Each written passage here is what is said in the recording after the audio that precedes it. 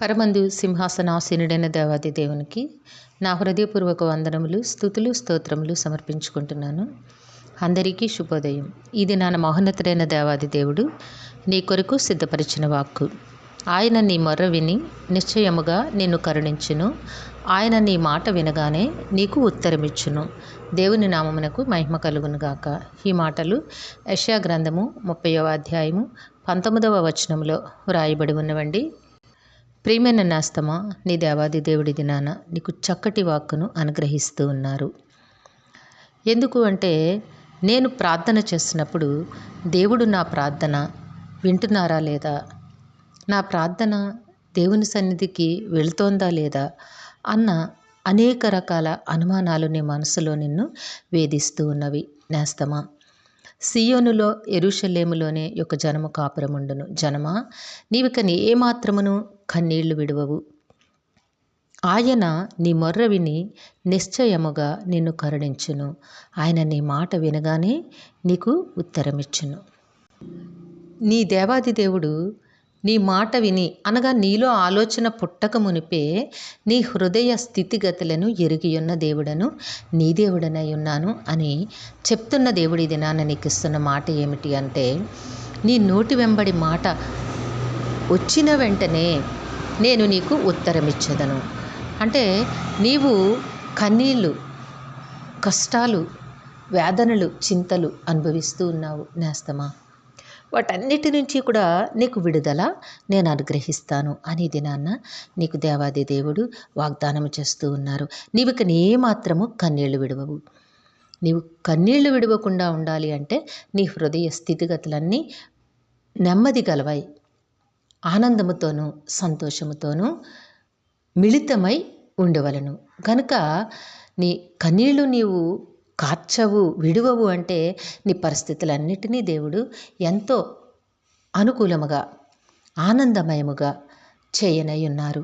కాబట్టి నేస్తమా, దేవుని సన్నిధిలో ప్రార్థించేటప్పుడు నమ్మకముగా, విశ్వాసముతో ప్రార్థన చెయ్యి. ప్రార్థన అనగా నీవు నీ దేవునితో మాట్లాడుట, నీ దేవునిని నీవు ఘనపరుచుట, ఆరాధించుట, కొనియాడుట కదా. కాబట్టి దేవుడు నీ పక్షమందున్నారు. ఈ నమ్మికను నువ్వెన్నడూ కూడా విడిచిపెట్టకు. నీ కష్టంలో నీకు సహాయం చేసి, నీ ప్రతి నష్టంలో నుంచి నీకు విడుదలను కలిగచేసి, నీ హృదయంలో ఉన్న అశాంతిని తొలగించి, నీకు శాంతిని, సమాధానమును, నెమ్మదిని అనుగ్రహించి దేవాది దేవుడు నిన్ను జీవింపచేస్తారు. విశ్వాసముంచు, దేవుని కార్యములు నీవు అనుభవిస్తావు. దేవుడు నిన్ను దీవించి ఆశీర్వదించునుగాక. ప్రార్థన చేసుకుందామండి. ప్రేమాజాలి నమ్మకం కలిగిన తండ్రి, మీ ఘనమైన నామమును కొందనములు. మీ బిడ్డకి మీరు ఇచ్చిన వాక్కును బట్టి స్తుతులు సమర్పించుకొంచున్నాము. మా ప్రియులందరినీ, వారి కుటుంబములను మీ దివ్య హస్తములకు అప్పగించుకొంచున్నాము. తండ్రి, అందరికీ కావాల్సిన ఆయురారోగ్యము, పరిపూర్ణమైన రక్షణ, దీర్ఘాయుషు, నెమ్మదిని ప్రసాదించి మీ శాంతి సమాధానంతో జీవింపచేయండి తండ్రి. మేలులతో ప్రతి హృదయాన్ని తృప్తిపరచండి నాయన. ఈ దినము పరీక్షలు రాస్తున్న బిడ్డలకి నాయన ఆరోగ్యమునిచ్చి, ధైర్యమునిచ్చి, పరీక్షా సమయంలో ప్రతి ప్రశ్నకు సరైన సమాధానమును ఇన్ టైంలో రాసి ఉన్నతమైన విజయములు పొందుకునే కృపను అనుగ్రహించమని వేడుకుంటూ ఉన్నాము. ఈ దినము పుట్టినరోజు, వివాహములు, వివాహ దిన మహోత్సవములు జరుపుకొంచిన బిడ్డలందరికీ మీ ఆశీస్సులు, దీర్ఘాయుష్ను అనుగ్రహించి మీ కృపలో జీవింపచేయండి నాయన.